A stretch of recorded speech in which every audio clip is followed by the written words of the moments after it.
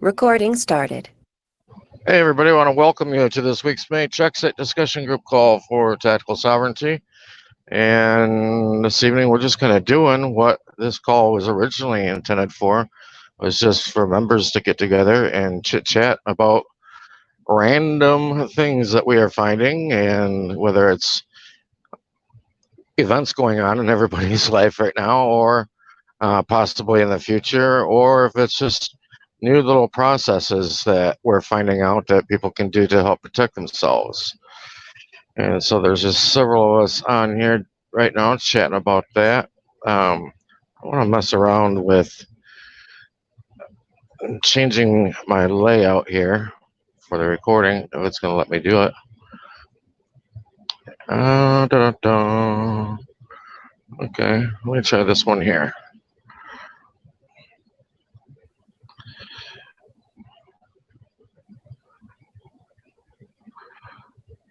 See what that does. Doesn't look like it did much. Anyway, we are talking about solar. Haya was asked questions about that. And I'm totally on board with everybody going and finding ways to utilize solar power as much as possible. You can get smaller panels that you can use that, for instance, you can use to recharge your phone, but there's plenty of situations where that's useful. I did buy some of those, and those didn't seem to work. And besides, I think I might have lost them because they're so small. So that was a bummer. That didn't work. Well, I'll show you one of the things I've got here. You can get these. You can see it very well here. Hold it a little closer to the camera. And it's just a little box. It's got, the light right there. And then on the other side, that is the solar panel for it, so that you can charge it up. And the light, this box also expands out into like a lantern. And then on this end here, if you see that little green bar, that opens up, and you can actually connect your cell phone to it and charge your cell phone up as well. And I've got a couple of these, and they're kind of handy. You just leave on the dashboard of the car, and that way they stay charged up. Or you can plug them in. I recommend probably every 3 or 4 months going and just plugging them into a regular outlet and charging them up that way. It just helps the battery last longer in them. And there's a lot of different companies that make them, so I'm not going to advertise any name brand or anything like that. But those can be found at a lot of the stores, like we were talking about. Rural King. Rural King is an excellent store. There's Tractor Supply Company. I don't know if they would have this specifically, but you just kind of have to keep your eye out for these types of things. I myself prefer buying stuff like that at an actual physical store. In fact, I recommend buying most things that way rather than going online, because online, man, you really don't know how much you're going to get scammed or whatever. And even for doing things online, because Hi and I have been talking about tracking your data, which is one of the big things that I discuss with people. Even going online and buying things, it's nice to have like a prepaid card, like a green dot or something like that. And that way it has just limited funds on it, and it's not like it's hooked up to a credit union or something like that where people could potentially hit your account. You know what I mean? Yeah. And as well with a lot of those like green dot cards or things like that, the information about you, you can kind of limit that as well. You're in more control regarding that kind of thing. But I'm a big proponent of protecting your personally identifiable information and your data, because data has become, it's truly become a commodity. I was listening to a gentleman talk like on Money Matters or something like that a few years ago, and he was saying that, gosh, if anybody had told him years ago that data would become a commodity, he would have laughed at him. But now it's the number one commodity. Mm. So yeah, keep your data to yourself, which also means don't go put your watch my language. Don't go and put your thumbprint on documents. That's your biological data. Don't float that around out there for everybody. Also, same thing with the signature autograph. Don't float that around there on everything and anything either. Never, never, never. And if you research any of the companies that do, for instance, debt cleanup, they tell you the same thing. They say even if you're sending like the 906 dispute letters or whatever to a so-called creditor or somebody that's making a debt claim against you, even all of them that I looked at, they all tell you never sign anything, never sign any letter that you send them, because you never know what can be done with that signature. It can get thrown on something, and you're in court. Well, the judge wants to look at other documents you've signed, like say maybe a driver's license. Well, it's the same autograph, same signature.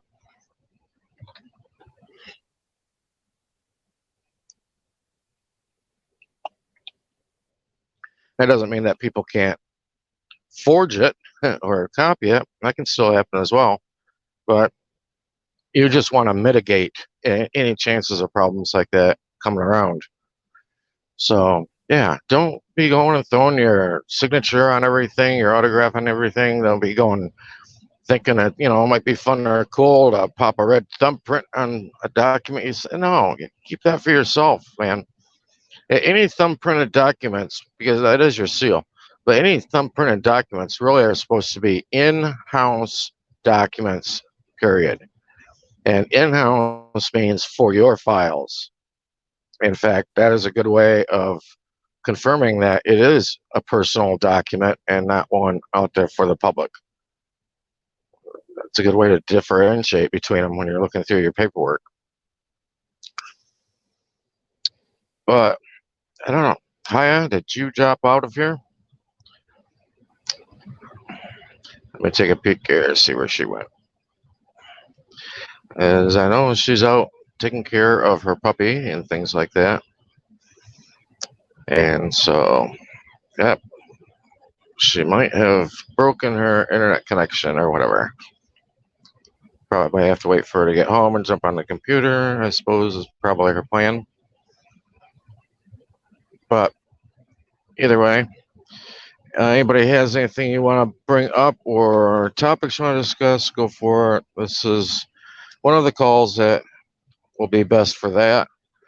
I think I'm going to be starting to do some other recordings in the future as well. And so if anybody gets confused because, for instance, say you see something on YouTube and it's basically saying that, oh, this is just a advertisement or a bumper for a conversation. Well, that's exactly what it is. And because, some platforms don't allow you to put a whole lot of, I'll call it various content out for public consumption or for the general public's consumption, to be more specific. And so they like to delete a lot of things. I've had several things deleted by them that really should not have been an issue at all, but they've all got their own little trigger words or trigger topics as well that they prefer to not have disseminated to the masses. So yeah, those things get struck. So in the future, if you see YouTube that looks like it's only like maybe 5 minutes long or shorter, what I'm doing is I'm just instructing you to drop down below into the description box and click on the link that's in there, and you can access the knowledge of the information that is stored there on that link. just to kind of protect it from, being disseminated onto platforms that would prefer to otherwise hide it or delete it. Because we know that the more times they strike things, the worse it gets. So that's just a way to kind of prevent those things as well. Uh, there's one broadcaster out there in particular that does that quite a bit. In fact, their content, you can't even share their YouTube channel on various social media sites. It immediately gets taken down. No matter even what a particular video is that they're talking about, they get removed immediately, just because of the name of the channel. They don't like the channel in general. And so they do the same thing, even over, say, for instance, like YouTube. They just tell you, hey, this is a bumper, go to the link down in the box. However, on mine, the entire information will all be freely available to everybody. You're not going to get like the first half of information and then, have to sign up to be a member or whatever to a website, to hear the second half. No, I'll have it to where it's all 100% available for everybody. So, I think that was a way that a lot of channels do that, particularly as a moneymaker, really. And I think it started out because there was going to be some of the things that they were talking about that might not be welcomed that much on various platforms. So they would save that for like the second half of their show. But then I think eventually it also kind of became at the same time a moneymaker for them, because in order to access that second half, now you've got to sign up a membership that's going to cost you X amount a month or a year, whatever the case may be, or join their Patreon accounts. A lot of people have jumped over to Patreon for things, especially donations and things like that. And even that platform isn't 100% sanitary, I will say, for everybody. It's not a free for all situation. Even they go and eliminate people. So there's no complete safe zone.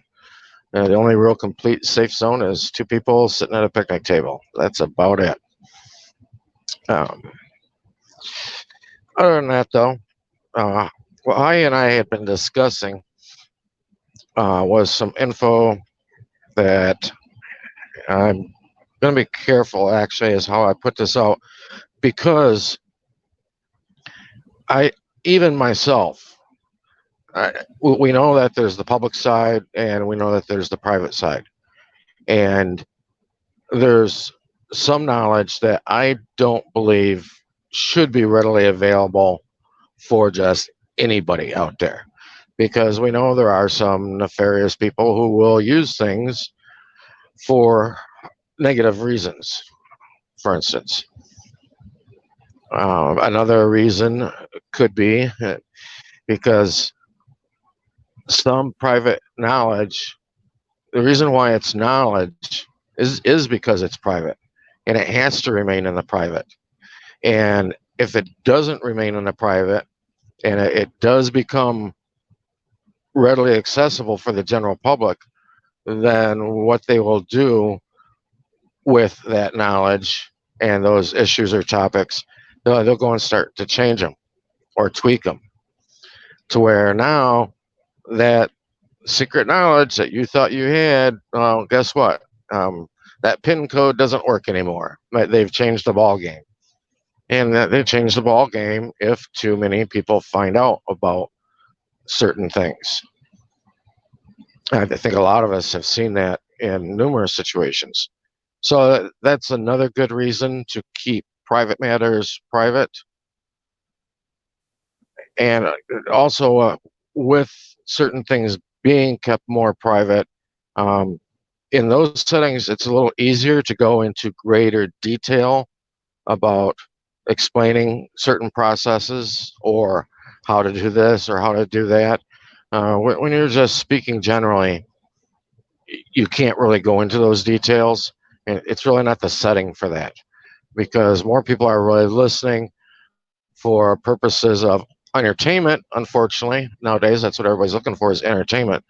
So more people are really looking for things that are more entertainment centered than instructional or learning centered, which I'm sorry, at a late age, I had known all my life that things weren't really exactly what we thought. The way they're presented to us isn't quite the way they are. There's a little nuance to them. There's something different to them that you're not taught, that you don't learn about. So at a late age in my life, I discovered that, you know what, while that first maybe starting out, that first 12 years of school that everybody takes, or majority of people take, does have its benefits and usefulness, it didn't provide you, it didn't arm you with everything you really needed to know, with everything you really needed to learn. And so I decided, you know what, it's time for Brian Parker to go back to school. Because at the end of the day, we are all responsible for our own education, Mm-hmm. Yeah. period. Bottom line. Nobody else is. We can't yell and scream, oh, they lied to us, or, we weren't given full disclosure. Well, number one, full disclosure isn't required unless it's asked for. That's the only time it's required. And the only time that anything can be changed because you weren't given full disclosure is because of having evidence that, yes, I asked for it. Here's the evidence that I asked for it. And here's the evidence that nothing was provided to me. That's the only time that that excuse is usable. So I decided, you know what? It was time for me to go back to school and start learning a lot of those things that I know I wasn't taught about, that I needed to be taught about. All right. Are you back with us, Aya? Yeah, sorry, I got cut off. My phone died. But I checked Okay. for a second. Yeah, I figured something like that happened. Yeah, that's So, right. all right. I Well, I went kind back. of wish that I had that solar little phone charger that I used to have, but it never worked. The little solar thing, I would keep it on the desktop of my car, my dash, and well,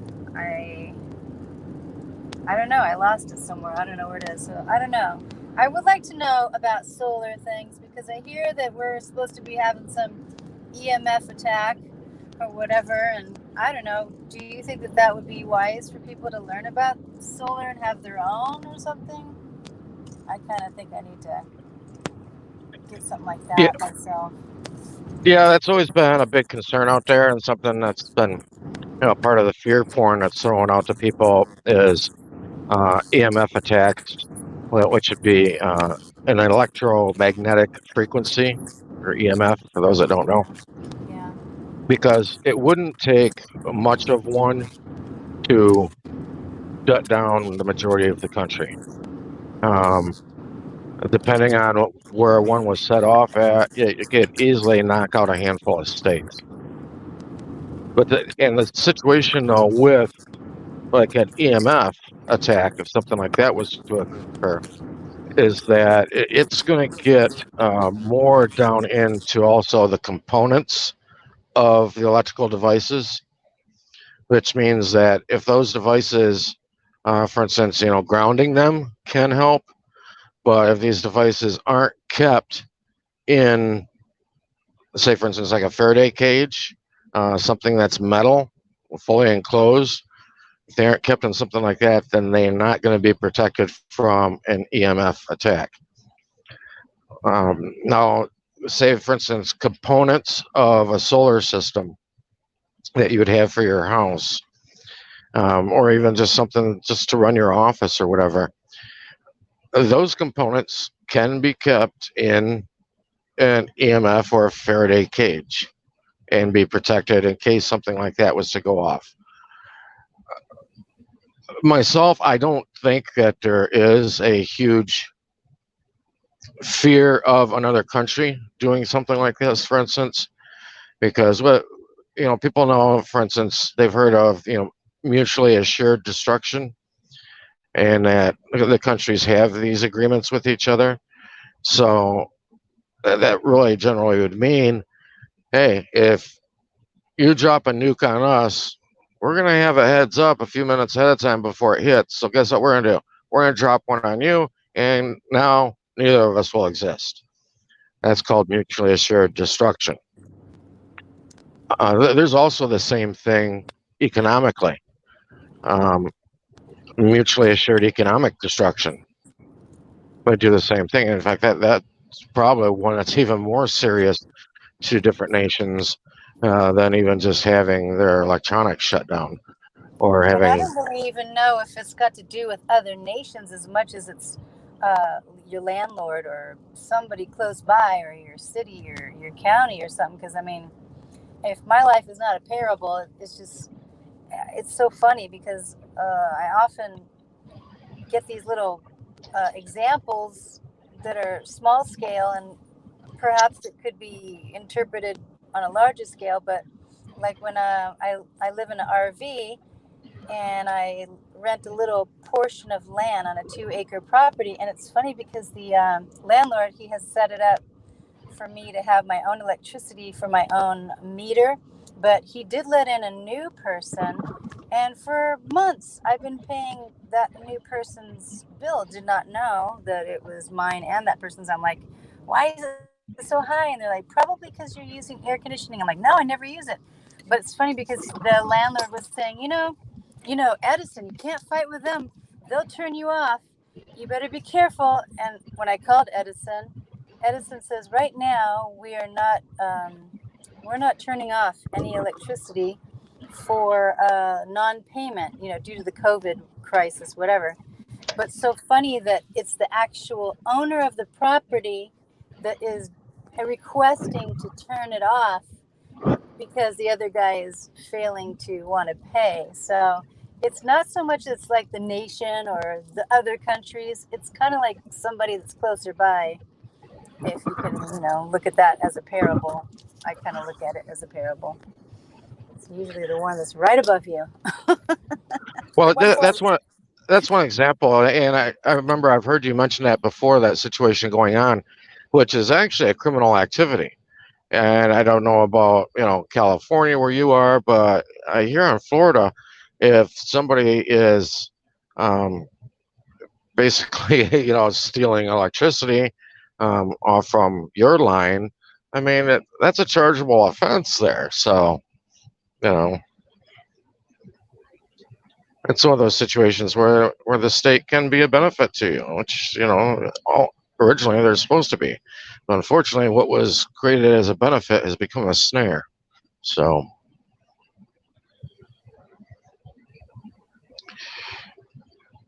So I don't know why that situation hasn't been handled from that perspective. Doesn't really quite make sense to me. But at the same time, also, you talk about even local situations like that, and I think something that is probably even more important and maybe more worrisome, rather than an attack from a different country or anything, is, well, like I said, something that's been made as a benefit has become a snare. Um, our own sun. Our own son, I mean, think of the Carrington event that occurred, going on 100 years ago, maybe? And that knocked out everybody's lines, the telegraph and everything, knocked all that stuff out for people. So I think that could even be a worse possibility.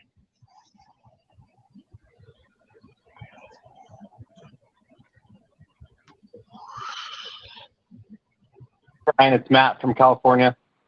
Hey, man, how you doing, brother? All right, man. It's been a while since I've been on here. I figured I'd chime in a little bit. It seems like I thought about the stuff that you were speaking about, like the EMP attack type of thing, and it seems like a lot of the systems infrastructure too much relies on electronics for something like that, to take place, which then by default would to say, let's say United States territory or, America landmass were to be attacked by another, then you got this whole mutually assured destruction you're talking about.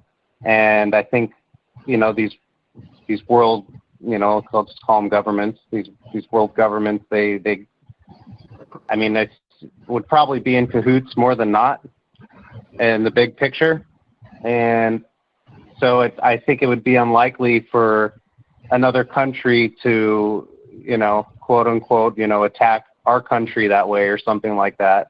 Because I kind of look at the world as just a unit per se when it comes to the orchestrating of events and whatnot. So ultimately, that what kind of boils down to that if something like that were to happen, it would be directed, from the government towards the people, if anything. But I think their infrastructure just relies on too much of that stuff nowadays for them to try to go there, if that makes sense. Kind of what I've come down to when I've thought about it over time. Yeah, absolutely. They'd be tearing their own stuff down for that. Yeah, exactly. And one of the things also that has remained a constant over time, it's as important today as it was in the medieval ages. And that is the number one fear of any ruling party, and that is social unrest. They're still afraid of the farmers coming with pitchforks and and torches after them. You know what I mean? That part has never ever changed. Now there's always going to be more of us than there are them. Yeah, and so I think that's the biggest fear is unrest from the public. Not to mention, I think a lot of the technology that they get comes from minds in the private, which is us. So they get a lot of the stuff that they depend on comes from, the private side, and the technology. I don't see that they could. Okay, so this whole Great Reset concept, I look at it. I'm in construction. I look at it like a remodel. Like you go into a kitchen, you got to gut the place, down to the studs, and then rebuild the whole thing. That's a reset of the kitchen. So, I mean, if they did some type of, EMP type of scenario, I think the concept's been introduced more than anything, so they can use it as a tool to, blame something when they go to make their changes and do their resets. Yeah, and just another thing for them to point at. Yeah, and I think when people are thinking like reset, for something to be, the whole system would be completely changed, for instance, and to go from one monetary system completely to a different one, it was difficult enough in the 1930s, and it would be by far more disastrous today for something like that to occur. And so rather than, this great reset, which, being termed great, throws fear and panic in the minds of people, what's more going to be done is a restructuring. And it's going to slowly morph from one common way of doing things to another way of doing things. This year, 2022, they're looking at adding an article, and it's going to be Article 12 to the Uniform Commercial Code, to the UCC. And what they're going to be doing with that is they're going to be addressing cryptocurrencies and the blockchain. This is part of that restructuring that I referred to. And so, because I think we all knew that there's no way that this is going to go on forever with the cryptos and the blockchain being set up the way they are today, even though those who are so gung-ho into cryptocurrency are like, oh, no, they can't change it, it's secured. No, you know what? Listen, they can do anything. I mean, this is Big Brother you're talking about. This is the beast. Like we said before the recording started, who will come to war with her? Because it's just not possible. And so, yeah, they're going to restructure things. Yeah. So it'll be interesting to see what Article 12 of the Uniform Commercial Code is going to end up looking like when they release that. Hopefully that will be done by the end of this year. I think somebody said 2025 at the latest, probably, but I think they're going to do it sooner than later.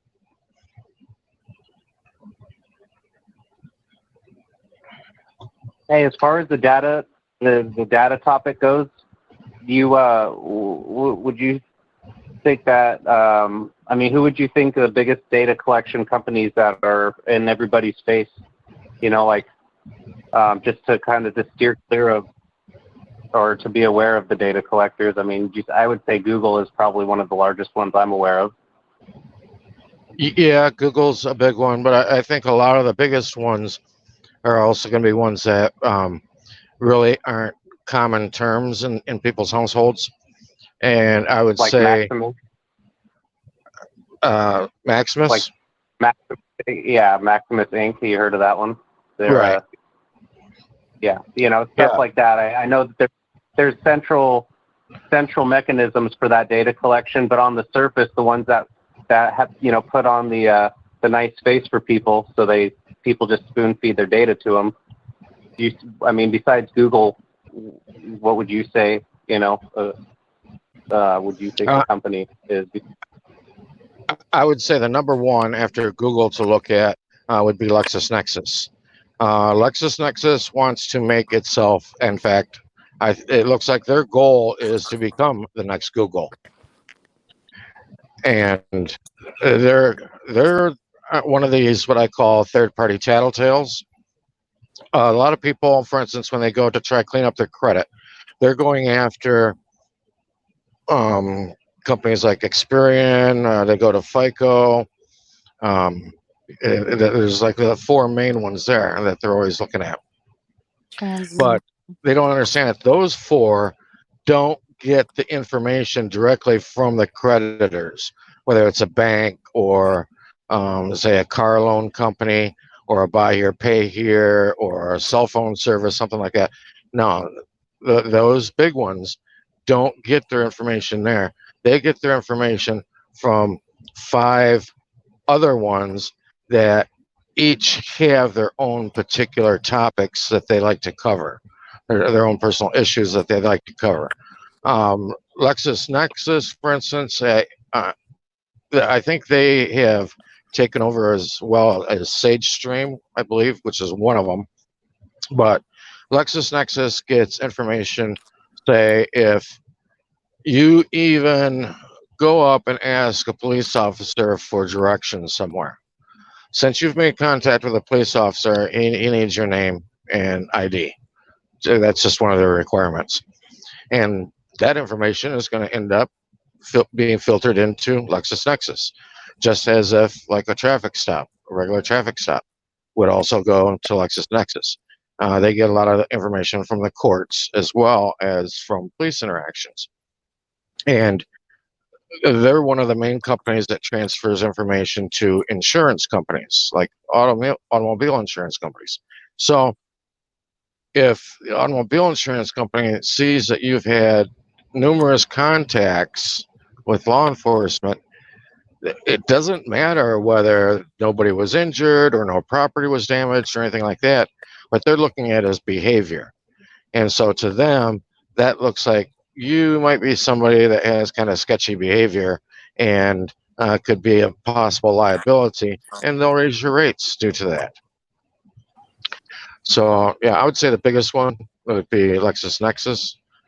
But, and you brought up the fact that one of the things within, especially the U.S. government, is that so much stuff has been privatized out, that private companies are taking care of various things.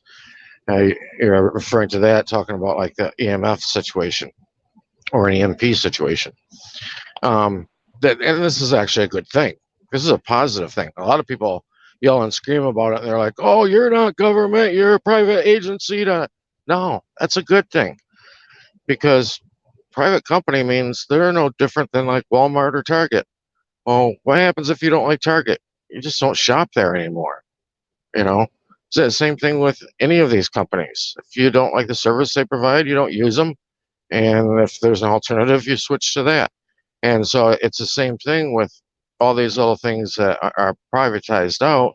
Say, for instance, like LexisNexis or SageStream or CoreLogic is one of the other ones that provides information, is that since they are private, you can deny them service. You can give them your own DNS notice, basically.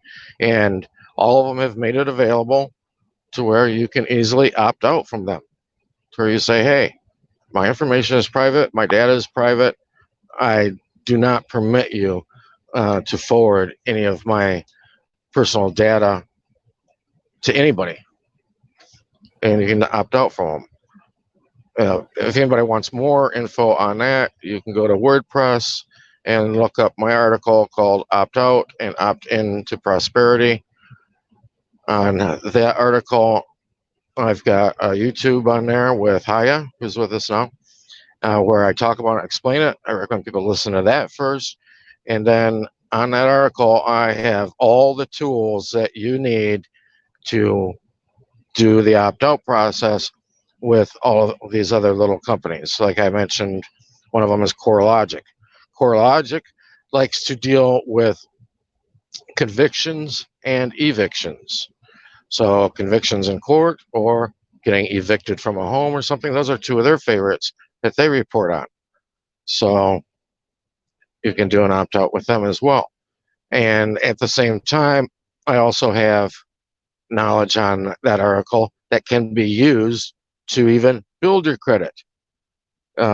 Say, even somebody that's young, just starting out, you don't have credit. How do you build it? I've got things on there that will show how you can build your credit. For instance, a majority of people pay rent. Well, the only time anything gets reported to a credit agency when it comes to your rent really is if you get evicted. Well, and then here comes CoreLogic again, right? But all the times that you're paying on time every month, month after month, year after year, does that get reported back to the credit agencies? No, not necessarily. So I've got a tool on that article that you can use so that those good things that you're doing financially, showing that you're responsible, can get reported to the credit agencies. That way, that does help boost what you're doing. And I've got other tools on there as well to where you can boost your own credit without it really even costing you a dime. I mean, some of these things might be $3 a month or something like that to utilize, but where basically you can use your own money, just doing the regular things that you always do to raise your credit score. Even for instance, I'm going to talk about using your own money. You can loan yourself your own money and then pay yourself back for it and have that get reported as positive credit for you. I mean, how awesome is that? So you're taking the money that already exists and using that to raise your score, and it's not costing you hardly anything to do. There's little things like that people can use within the system, within all these little private companies to actually help themselves out. Unfortunately, everybody has been taught to live like a peasant and you do the things the way everybody else does it just because that's the way it's always been done. Well, guess what? You keep on doing that and you're going to continue to be a peasant. But there's tools out there available that people can use, just don't know about. There's something else Hey, I Brian, wanted to bring up. is that? What's that? Oh no, I was going to ask you just real quick about the credit. Is that our credit score or is that its credit score? Well, that's a good question. The organization. All right, that's a good question. Is it the credit score for the man or woman, or is it the credit score for that organization that's created with the certificate by birth? I would say the latter. I would say the latter, yeah, because that's all. There's one fundamental that people have to realize is that like things, and this is a maxim of all, like things going contract with like things, which makes total sense. So can the live woman or man contract with, a corporate entity? Well, technically, no, but we see people do it all the time. Well, how are they doing this? They're doing it because you are seen as being a representative or agent for that organization that was created when you were born. And so as an agent for that organization, you're contracting with other companies through their agents for their organizations or their companies. And that's basically just the way that works out.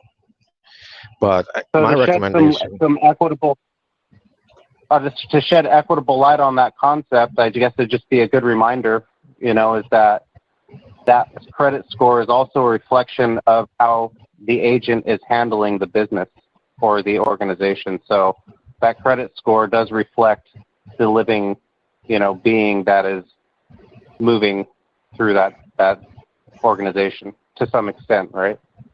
yeah, absolutely, exactly. But here's the thing that I say, So it's not just an evil, it's also a reflection of who we are and what we do in this realm, kind of. Yeah, it's like a job performance, right? Yeah, it's a persona that we give life.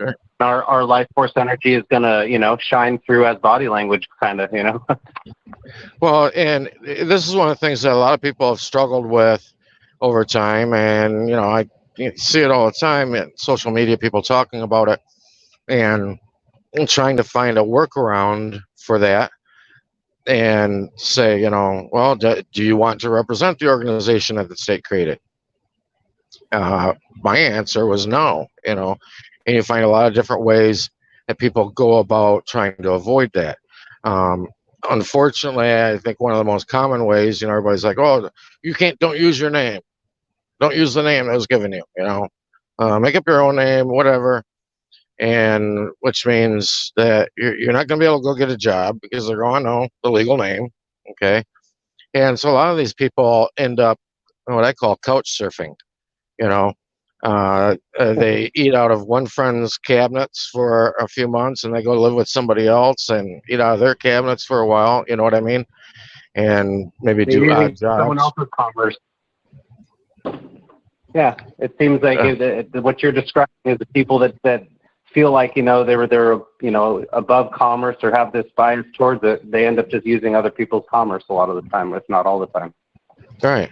Now, how is it that you don't think it's right for you to go and use a legal name or whatever, but you think it's perfectly okay for you to live on somebody else's couch, use their electricity, eat out of their cabinets with the food that they bought, with the money that they gained by using a legal name, working a job somewhere? To me, I don't see the legitimacy there. I don't see how one is right and the other is also right. No, not at all. Is it somehow not a sin to live off of others' signs?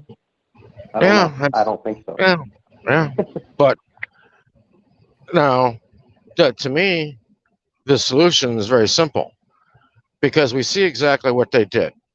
Mom and dad might have named you whatever when you were born, and then the state came along and they created an organization by a very similar name, and people see it and they think that's automatically them, without doing any research and finding out that it's really just another organization, a state created organization that was done. So to me, it's very simple. I just looked at that and said, okay, well, if that's the way you play the game, then that's the way you play the game. And so you turn around and you go create your own organization with a very similar name. Now, if there's going to be any discussion or question, whether it's a legal situation or whatever, now, they're going to have to spill the beans or whatever you want to term it regarding this situation. Say, whoa, whoa, whoa, whose name is it that's being used here? Now, do you think I am using something that the state created? Because I'm not. I'm using something that I created, and here's the evidence of where I created it at. This is what I'm representing. I'm not representing your organization. In fact, I even say you take it, the ultimate step off the get, and you resign for having the capacity to even operate as an agent, representative, spokesperson, whatever you want to call it, for that organization that the state created. You resign from it and go and create your own and start working under that moniker or that shingle instead.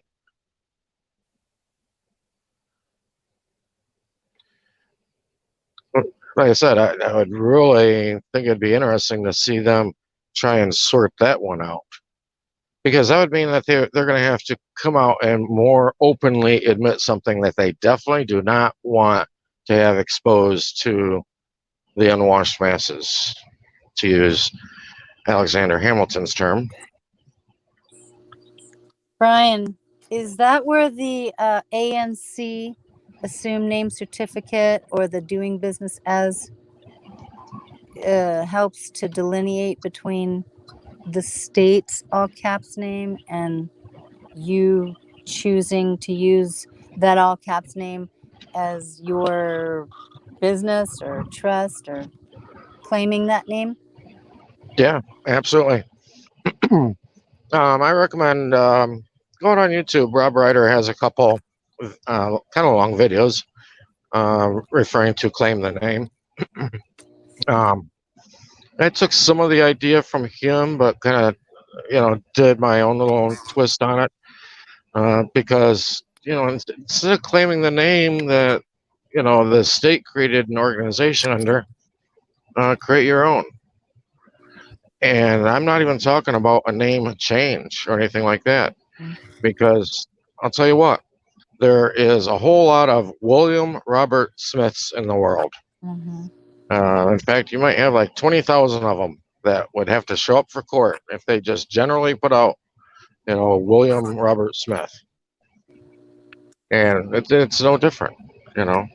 I'm Brian Glenn Parker. The state had a Brian Glenn Parker as well. Oh, isn't that interesting? We've got the same name. Nothing unusual about that. Mm-hmm. Would putting a little copyright thing kind of delineate on writing on a signature? For a signature, yeah, you can copyright a signature. You can copyright it as a work of art. You can't copyright a legal name. Yeah, copyrights are just for works of art, songs, paintings, musicals, that kind of thing. But a signature could fall under a work of art. Mm-hmm. Autograph. Or autograph, whatever you want to call it. There's no difference between the two. A lot of people in the Patriot community or Truth community or whatever want to scream about the difference between the two. There's no difference between the two. I remember one lady that pushes it quite a bit. I was listening to an interview with her, and the host, tried to kind of pin her down. What is the difference between the signature and the autograph? If you're looking at it, how do you know which is which? And she had no answer for that, because there really is no answer. It's whatever you want to call it.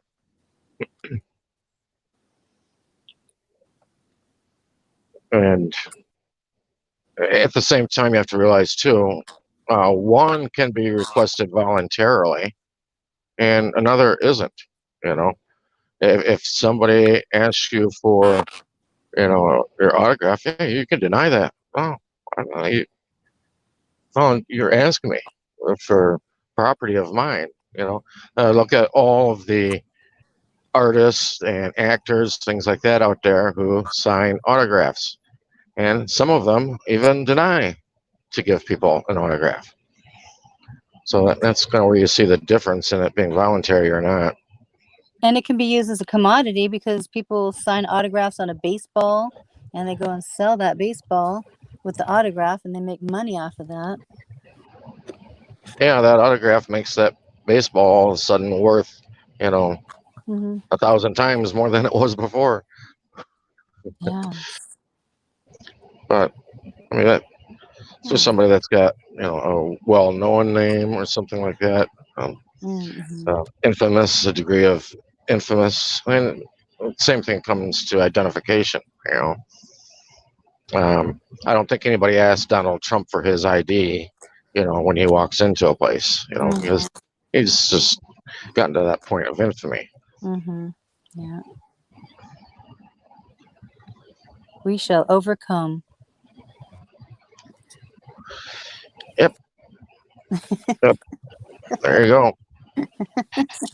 But yeah, we were talking about data. And I think while you were gone off from the call, I was mentioning as well that because one of the things I'm looking at with this information that we've been checking out is that there's some knowledge that can be put out privately, but necessarily shouldn't be put out for the general public. I did hear that. I heard you. Right. As I said, sometimes they'll like to go and kind of, they see, oh, well, we can't do things this way anymore. So they go and they do a change on it.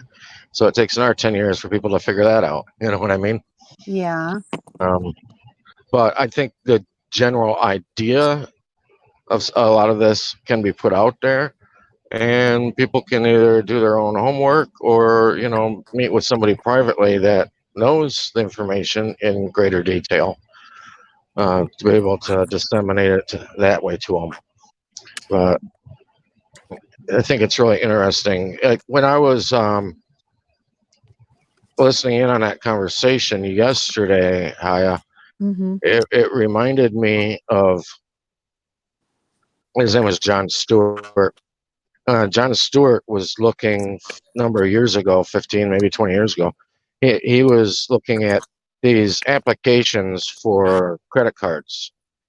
And stop and think today. You go into these big box stores and they say, hey, you can get an extra 15% off today if you apply for our card. You know what I mean? Yeah. And he was taking a look at those applications and then looking through Uniform Commercial Code for financial instruments, what elements are needed to define a financial instrument, or even say something like promissory note, whatever. And he was comparing those elements to these applications and going, these all hold the same elements, Yeah. And so it wasn't just him, but he had a friend as well and did it. And I even done it, to tell you the truth. Contact a couple a couple credit card companies and say, yeah, I have reason to believe my application was actually a financial instrument. And so I need to have any CUSIP numbers or bonds that have been attached to that application. And in the situations that he and his people experienced, they would get a letter back from the companies where those accounts would be zeroed out. Wow, that's awesome. And I'm going to do that with my credit cards. I played around with it a few years ago with a pretty, I won't say the name, a very popular card. They had just kind of called me out of the blue one day for whatever reason. And so I thought, hey, just for the fun of it, and I prefer everybody do this in writing. I think the best way to do everything is in writing. But since they're on the phone, it popped in my head. I said to them, yeah, while you're here, I said, there's some extra data that I want from you. I need to know, for my own tax purposes, what CUSIP numbers, if any, and any bonds, if any, that have been attached to my original application and where my original application is at now. And they said, well, we'll look into that. We'll have to get back with you. I said, okay. And about 2 or 3 weeks later, I got a letter in the mail from this big company and came to discover that what they had sent me was a statement showing that the account was zeroed out. There was no longer any balance on this account. Now, that was interesting, but what was even more interesting is they sent me a brand new card with a brand new number. That's cool. I was like, wow, you've got to be kidding me. So, yeah, a lot of what was being discussed in that conversation I listened to yesterday really reminded me of that. It's like, this really all kind of falls hand in hand with each other. And, more specifically, what was being discussed yesterday had to deal with mortgages. So, yeah, I think a lot of this can be used in the same manner. It's just a matter of knowing who it is that you need to be in contact with. You got to find their gatekeeper. You've got to find the right door, and you have to find the right individual or the right officer who it is that's guarding that door. Yeah, And and that's what on the call that I was on that I sent you, um, my informant was talking about the data subject access DSAR report. And so he was, because I asked him, I said, hey, look, I got to go to Edison maybe and open up some new account, possibly if I have to get electricity for myself. How do I get into a new contract without getting into a new contract? Or do I revoke after? Or what do I do? I don't know. But he was telling me about the ones that we've had in the past, like your mortgage or your house or, whatever it is, to go to the particular, I don't know, credit card company or utility company and ask specifically for the data subject access report. And I didn't know about that. He told me that. yeah, you want to go directly to the what's called the agent bank. Yeah. And the agent bank is the one that, they're more at the top. They might have a bunch of little franchises under them, but you want to run right up mainstream to who's at the head of the line. And so I was pressing him to say, hey, listen, I've already done that, Eon's check thing with all of the UCC codes and all that and the money order and, our style money order. I tried that with Verizon.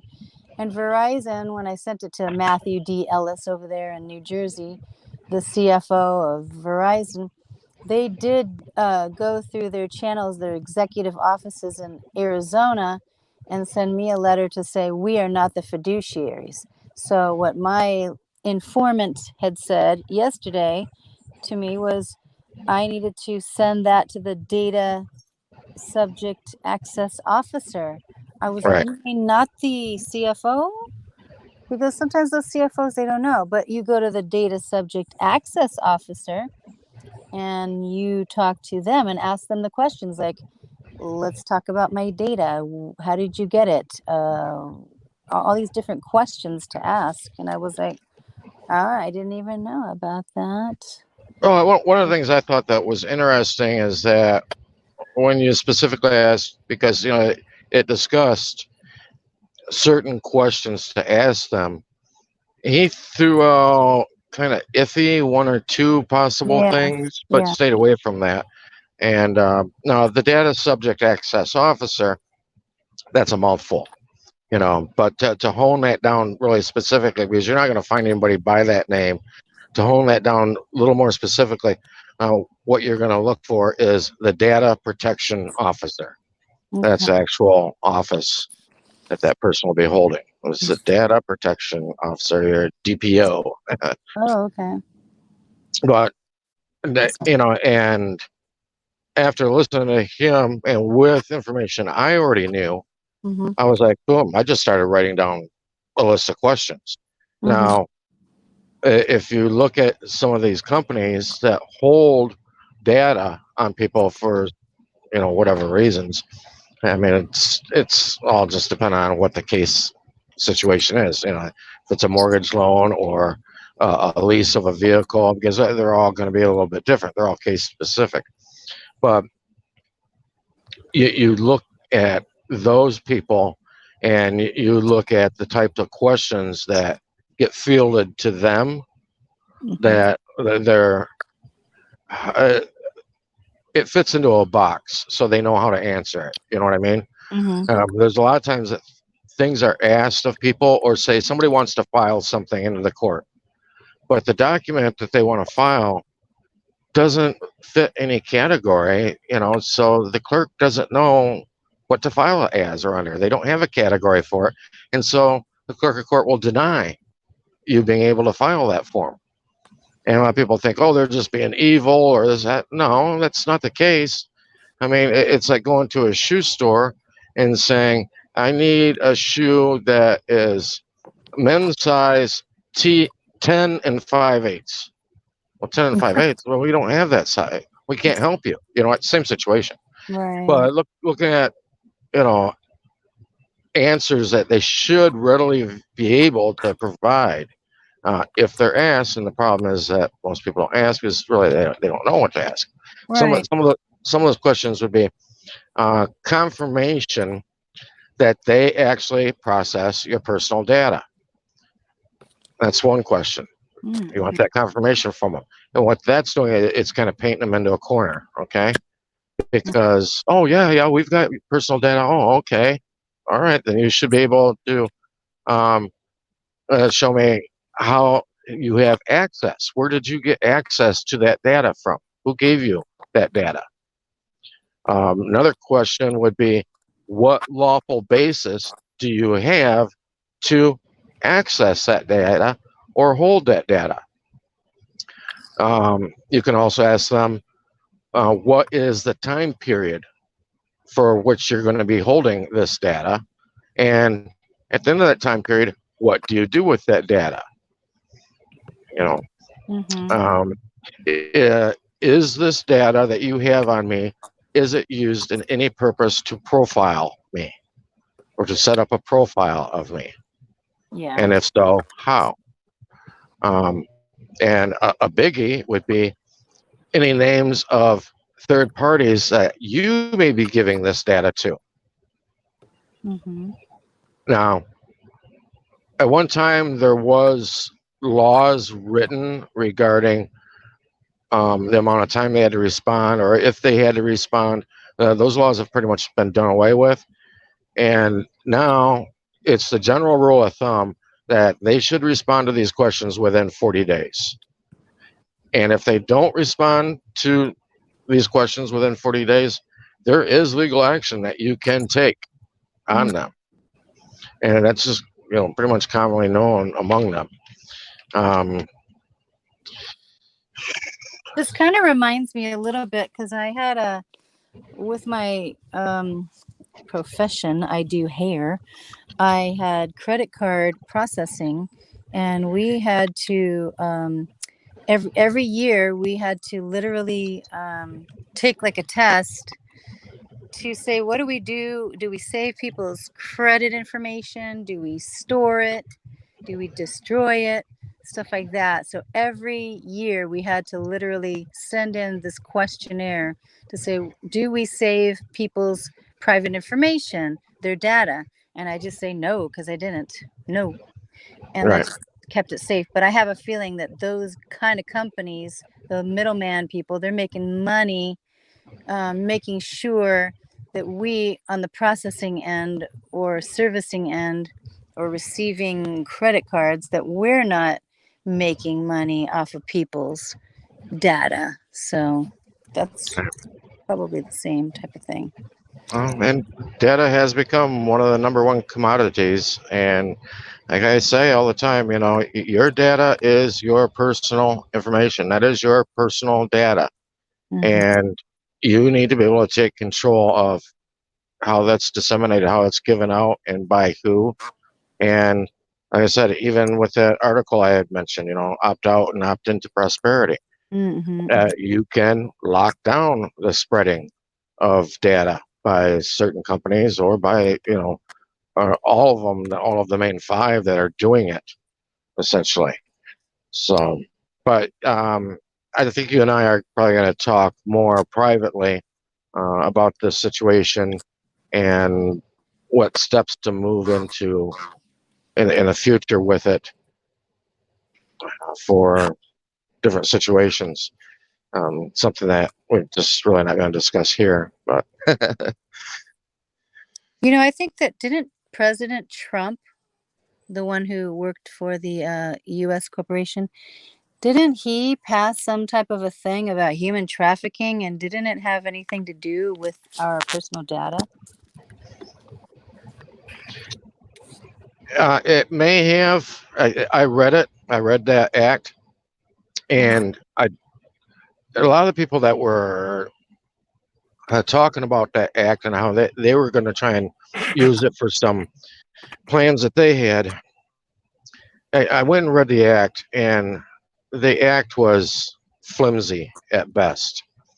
And what that act really did, more than help out the American people or the general public, it actually really protected government agencies. And it actually ended a previous plan that was in place to monitor those kind of activities. It closed that up completely. Now, the other plan that had been in place was getting regular funding through Congress, all Mm. right?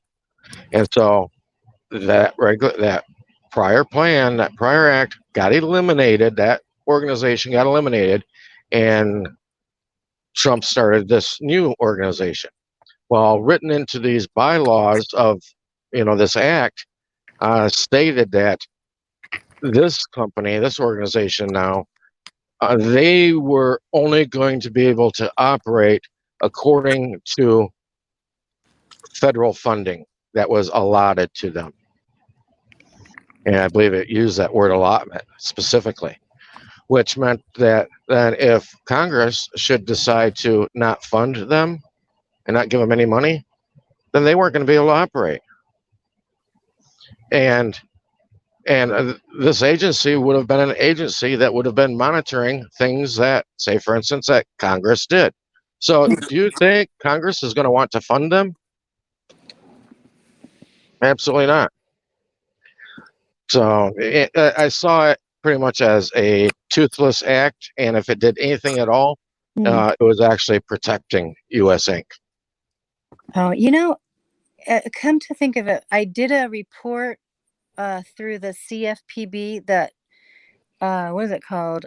Consumer Financial Protection Bureau. Right. And I asked them to ask Wells Fargo, the bank, for my mortgage that I had a short sale on, if they had done any 1099s. Actually, specifically, did they do a 1099A? And the CFPB had asked me for my social security number. And I asked the lady, are you being funded federally? And that's how you get paid for your investigation? She goes, yeah. I go, yeah, because you just took my social security number. And, that's kind of like a federal crime, I think, to ask me for that. Like, are you getting paid using my name? She goes, oh, looks like it, huh? I go, yeah, because No, well, they really had to identify you. They had to make sure that they knew who they were giving this information out to, and that it wasn't just some scam artist out there. You know what I mean? No, I mean, when I made the trying to get report, personal you had to information fill on out people. all that information: your name, your address, your email, your phone number, and your social security number. So they were probably making some bonds there. I'm just saying. Well, I wouldn't really think so, to tell you the How truth. would they have gotten paid to do their Yeah. work? They said Well, they had a charter. They said they had a federal charter. yeah. CFPB has a federal charter to do the work for the people. So, and they took that info from me. Yeah. They're organized under an act of Congress. So Yeah. they're a federal organization. Mm-hmm. But anybody can give them your phone number and your address. I mean, that's not personal enough information to identify anybody. The only thing that people really don't know is we don't know each other's social security number. Now that's getting a little tighter. You know what I mean? It's about as tight as you can My get. ex-husband's. I know it. Right. So that they have to make sure that they're doing the appropriate measures they can to make sure that they have identified you the best possible. Otherwise, they could be liable if it was some scam or trying to grab your info. The report did come back. The financial executive officer from Wells Fargo did call me, talk to me specifically, and said, no, we did not file a 1099A because you had a short sale. You had a third party. Someone else bought the house from you. The bank did not own it. But I found out through my contact in Texas, Carmen, who I've been interviewing on my YouTube channel, and she was telling me something about going to the original bank that they possibly were the ones that had filed to get the money, to be paid off. So it was the first one, the origination bank. Well, like I mentioned earlier, the agent bank. You want to go to the top of the line. You need to go to the agent bank. Yeah, right. That's right. Because the people down below really aren't going to know, and they're not going to have enough info to put out for anybody from the CFPB to even access. You know what I mean? So you go to the agent bank, and even from the agent bank, you've got to get down into the nitty gritty. You got to find who's guarding the door on that info, which would be the data protection officer. Yeah, that's exactly what I have to do. Well, Carmen from Texas, she did tell me that we can all go on our county of origin, wherever we've purchased a home, and look up our name and find all of the numbers or all the houses or whatever it is that's pertaining to our name.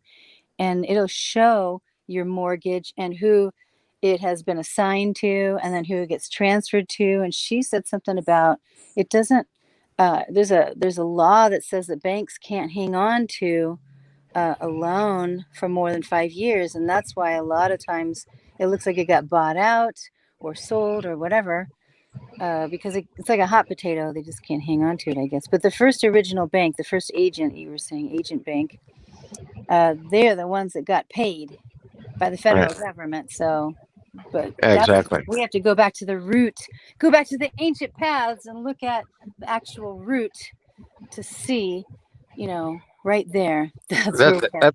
That's what I've been saying on these calls for like 5 years. Is that whenever we run across a situation, you have to get back as close to the very origin of the situation as possible Yeah. to find out what's happening. And yeah, hot potatoes is a good example. I mean, I call it a game of like musical chairs. When the music stops, nobody wants to be the one left holding that hot potato, right? you know. So, and they all know the music at some point. It doesn't necessarily stop, but it has hiccups. And and if you look at the U.S. economy, it has a hiccup every 10 years. You can go online and look up recessions, and every 10 years, almost like clockwork, there's another one. So yeah, there's a little hiccup to the music, and so yeah, that nobody wants to be the one, stuck holding that hot potato. Well, I think we're getting closer. I think the Yep. more we talk and the more we do this thing called a midrash, back and forth, talking with other people and just coming together, we're getting close to the tip of the sword, getting Yep. higher and higher, and seeing more eye to eye. And I'm getting excited to finally realize that in all aspects of life, it's the same story. We do have to go back to the origination, go back to ourselves, go back to what's inside of us. How did it get in there? How did that knowledge that we have get inside of our head? Did we see it in a movie? Was it in a picture? How is it that we've come to the conclusion that where we live, what does Earth look like, stuff like that? All of the same thing in all of these areas. It's the same thing. How did that knowledge get inside of our head? And we have to analyze that, each one of us. And I think it's exciting because it really does go back to the beginning, to the Genesis. It's exciting to me. I just get excited about things like that. Well, Haya, I guess this is probably a good time to close out, and that right there is a perfect segue for what I tell people every week. I try to remind everybody: learn who you really are, where you're really from, and where you're really at. Because when you discover those things, you'll be way further ahead than most, even further ahead than your elected officials out there. Yep.